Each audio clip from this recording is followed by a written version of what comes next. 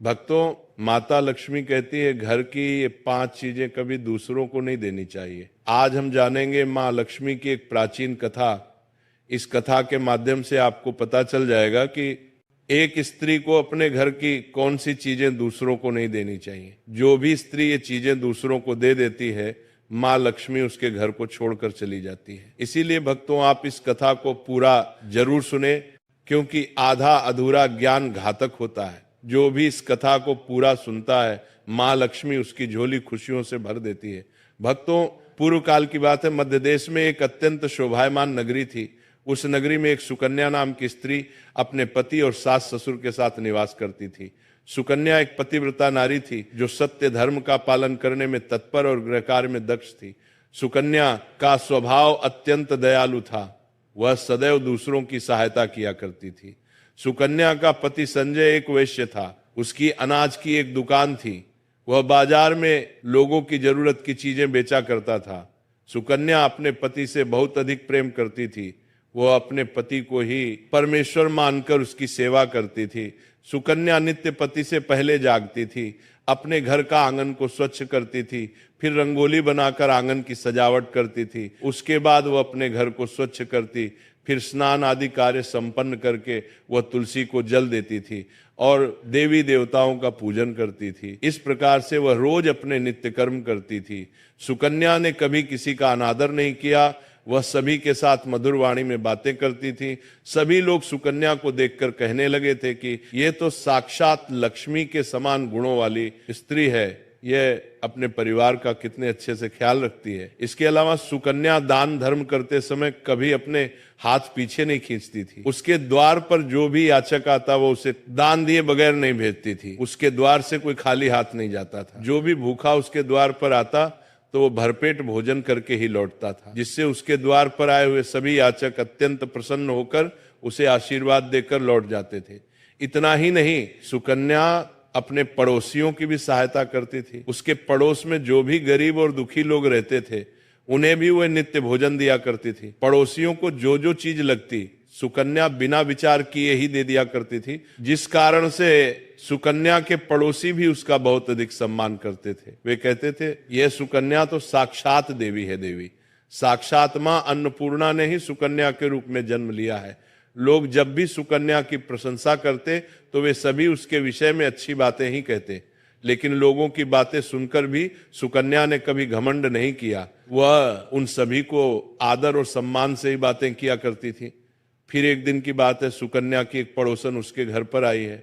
सुकन्या उसका स्वागत करती है और बड़े प्रेम से उसे कहती है, हे बहन, हमारे घर में तुम्हारा स्वागत है। आज किस कारण से तुम्हारा मेरे घर पर आगमन हुआ है? यदि कोई वस्तु चाहिए तो मुझसे मांग लो, मैं तुम्हारी अवश्य मदद करूंगी। सुकन्या की पड़ोसन कहती है, हे सुकन्या बहन, आज मेरे घर पर बहुत से रिश्तेदार आए हैं। उनके लिए मैं भोजन बना रही हूँ, इसीलिए मैं तुम्हारे पास रोटी बनाने के लिए चकला, बेलन और तवा मांगने आई हूँ। यदि तुम कुछ समय के लिए मुझे चकला, बेलन और तवा दे दोगी तो बड़ी कृपा होगी।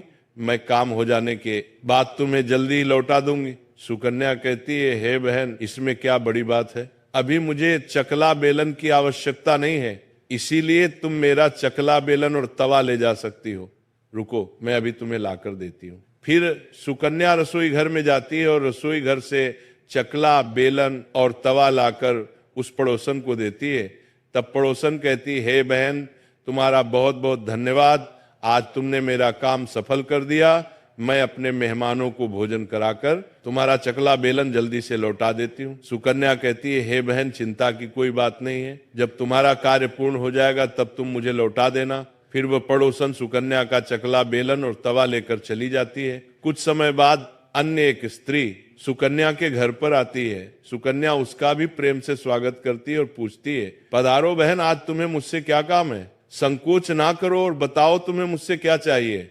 मैं तुम्हारी मदद जरूर करूंगी। तब वो स्त्री कहती है, हे बहन, मेरे घर में बहुत गंदगी हो गई है और मेरे घर को साफ करने के लिए मेरे पास कुछ भी नहीं है, इसीलिए मैं तुम्हारे पास झाड़ू मांगने के लिए आई हूँ।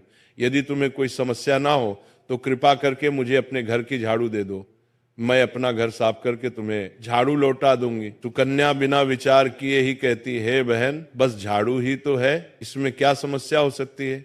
तुम रुको, अभी मैं तुम्हें अपने घर की झाड़ू ला कर देती हूँ। इतना कहकर सुकन्या घर के अंदर जाती है और झाड़ू लेकर आती है और उस स्त्री को दे देती है। वह स्त्री सुकन्या के घर की झाड़ू लेकर चली जाती है। फिर कुछ देर बाद अन्य एक स्त्री सुकन्या के घर पर आती है। सुकन्या उसका भी बड़े प्रेम से स्वागत करती है। सुकन्या कहती है, पधारो बहन, क्या बात है, आज मेरे घर पर किस कारण से आना हुआ? तुम्हें जो कुछ भी चाहिए निसंकोच होकर कहो, मैं तुम्हारी सहायता करने का प्रयास अवश्य करूंगी।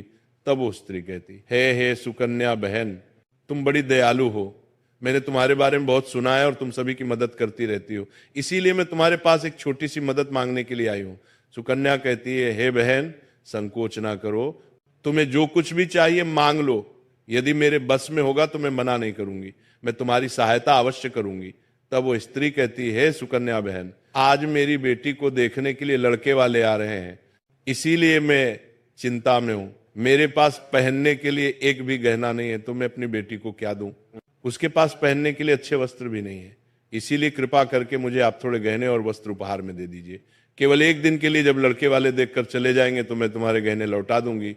उस पड़ोसन की बात सुनकर सुकन्या कहती, बस इतनी सी बात है बहन, तुम चिंता मत करो, तुम्हारी पुत्री मेरी छोटी बहन के जैसी है, उसकी सहायता मैं अवश्य करूंगी। मैं अभी तुम्हें मेरे गहने और साड़ी देती हूं, जिसे पहनकर तुम्हारी पुत्री राजकुमारी लगेगी। फिर सुकन्या अंदर जाती है, गहने और साड़ी लेकर आती है और उस पड़ोसन को दे देती है। वह पड़ोसन प्रसन्न होकर सुकन्या के गहने और साड़ी लेकर चली जाती है। फिर शाम हो जाती है और अन्य एक पड़ोसन सुकन्या के घर पर आती है। सुकन्या उसका भी बड़े प्रेम से स्वागत करती है और कहती है, पधारो बहन, आज किस कारण से मेरे घर पर आना हुआ? बताओ, मैं तुम्हारी किस प्रकार से सहायता कर सकती हूँ?